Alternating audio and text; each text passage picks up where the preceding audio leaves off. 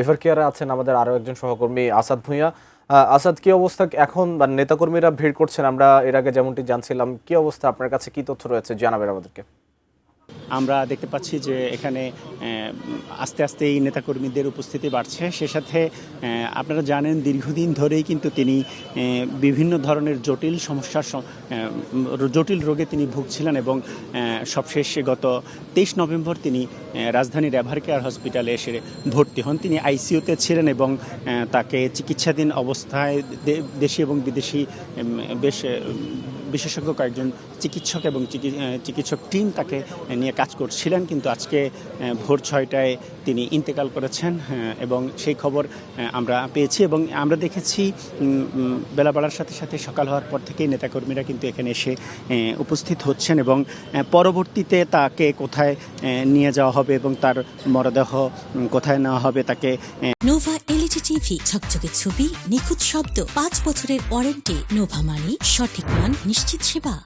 কোথায় দাফন করা হবে এবং তার জানাজা কখন জানাজা অনুষ্ঠিত হবে সেই বিষয়গুলো জানানোর জন্য সকাল 8টায় কিন্তু আনুষ্ঠানিকভাবে ব্রিফ করার কথা ছিল, কিন্তু আনুষ্ঠানিকভাবে এখন পর্যন্ত কোনো ব্রিফ করা হয়নি।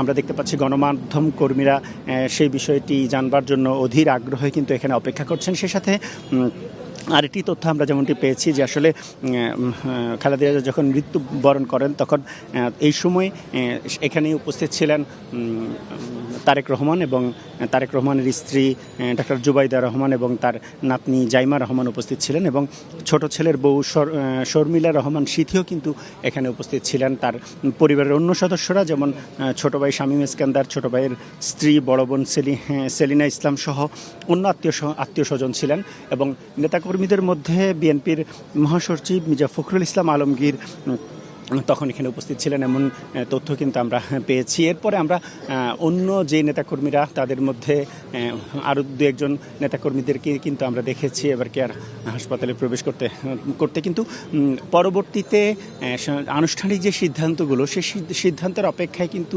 এখন পর্যন্ত আমরা গণমাধ্যম কর্মীরা যারা রয়েছি তারা এখানে উপস্থিত হয়েছি যে আসলে তার মরদেহ এই হাসপাতাল থেকে কখন বের করা হবে এবং তাকে কোথায় তার জানাজা কোথায় অনুষ্ঠিত হবে, তার মরদেহ কোথায় দাফন করা হবে সেই বিষয়গুলো জানবার জন্য সারা দেশবাসী যেমন অধীর আগ্রহে রয়েছে এবং সেই তথ্যগুলো জানানোর জন্য আমরাও কিন্তু এখানে উপস্থিত রয়েছি। আপনারা জানেন যে বেগম খালেদা জিয়া বাংলাদেশের সাবেক 3বারের প্রধানমন্ত্রী এবং জনপ্রিয় নেত্রী। তিনি দেশের ইতিহাসে কোনো সংসদ নির্বাচনেই কিন্তু তিনি পরাজিত হননি এবং তার যেই জনপ্রিয়তা সেই জনপ্রিয়তা দীর্ঘদিনের জনপ্রিয়তার কারণেই আমরা ধারণা করছি হয়তো কিছুক্ষণের মধ্যে এখানে নেতাকর্মীরা জড়ো হতে থাকবেন এবং আমরা দেখতে পেয়েছি আইন শৃঙ্খলা রক্ষাকারী বাহিনীও কিন্তু এখানে নিরাপত্তা জোরদার করেছে, যেহেতু খালেদা জিয়ার মৃত্যুর খবর জানানোর পর বিভিন্ন স্থান থেকে রাজধানী ঢাকা সহ দেশের বিভিন্ন প্রান্ত থেকে হয়তো নেতাকর্মীরা ছুটে আসবেন। আরেকটি বিষয় আপনারা জানেন যে বেগম খালেদা জিয়া 1946 সালের 15 আগস্ট দিনাজপুর জেলায় জন্মগ্রহণ করেছেন এবং তারপর তিনি খুব অল্প সময়ের মধ্যেই বিএনপির প্রতিষ্ঠাতা জিয়াউর রহমানের মৃত্যুর পর তিনি অল্প দিনের মধ্যেই জনপ্রিয়তার তুঙ্গে ওঠেন এবং দেশ পরিচালনায় তিনি যখন অংশগ্রহণ করেন তখন তার জনপ্রিয়তায় বিএনপির এই রাজনৈতিক দলটি আরও বেশি সমৃদ্ধ হয় এবং তিনি দলটি পরিচালনা করাকালীন সময়ে কিন্তু 3বার রাষ্ট্রীয় ক্ষমতায় ছিল বিএনপি। সে কারণেই কিন্তু তার নেতাকর্মী সহ সাধারণ মানুষের অধীর আগ্রহ রয়েছে এই সাবেক প্রধানমন্ত্রী খালেদা জিয়ার সবশেষ তথ্য পাওয়ার জন্য এবং আপনারা জানেন যে তিনি গত 23 নভেম্বর রাজধানীর এভারকেয়ার হাসপাতালে ভর্তি হন এবং ভর্তি হওয়ার পর তিনি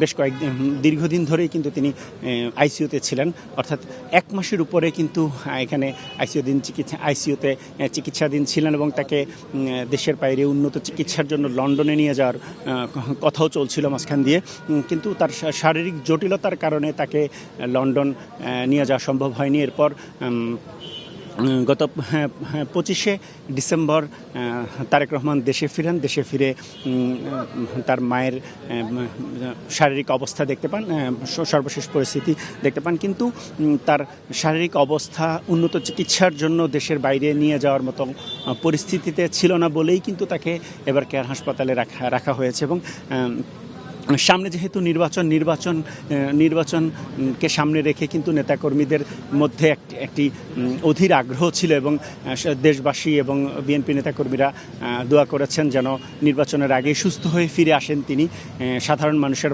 মাঝে, এবং তিনি